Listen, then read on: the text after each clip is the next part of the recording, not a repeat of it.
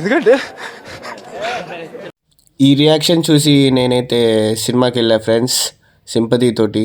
కానీ మూవీ చూసిన తర్వాత నా రియాక్షన్ అయితే మరణమే ఇది.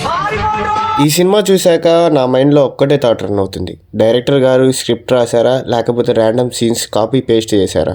నాకు అది అర్థం కావట్లేదు. ఫస్ట్ బేసిక్గా స్టోరీ లైన్ ఏంటంటే విలేజ్ బ్యాక్డ్రాప్లో ఇన్నోసెంట్ లవ్, ఎమోషన్స్, సెంటిమెంట్ అన్ని ఇంగ్రీడియంట్స్ ఉన్నాయి.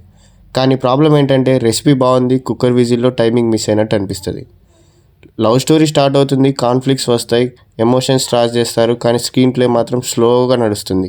అసలు అక్కడ ఎమోషనల్ సీన్స్ ఎక్కడున్నాయో లేదా నవ్వు తెప్పించే సీన్స్ అసలు ఏం అర్థం కాదు ఫ్రెండ్స్. ఇంకా హీరో హీరోయిన్ పర్ఫార్మెన్సెస్కి వస్తే మాత్రం ఇంకా విలేజ్ విజువల్స్ మాత్రం చాలా అంటే చాలా బాగున్నాయి ఫ్రెండ్స్. కెమెరామ్యాన్ మాత్రం చాలా బాగా పనిచేశాడు ఫ్రెండ్స్. మ్యూజిక్ కూడా కొన్ని సీన్స్లో బెటర్ అనిపిస్తుంది ఫ్రెండ్స్. ఇక మన హీరోకి యాటిట్యూడ్ స్టార్ అని కూడా చాలా బాగా పేరు వచ్చింది ఫ్రెండ్స్. ఇతని గురించి మన ఛానల్లో కూడా ఒక వీడియో చేశా ఫ్రెండ్స్, కావాలంటే చూడండి.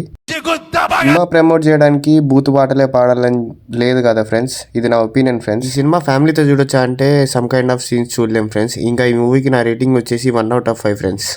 ఇలాంటి మరిన్ని జెన్యూన్ రివ్యూస్ కోసం సబ్స్క్రైబ్ చేసుకోండి ఫ్రెండ్స్.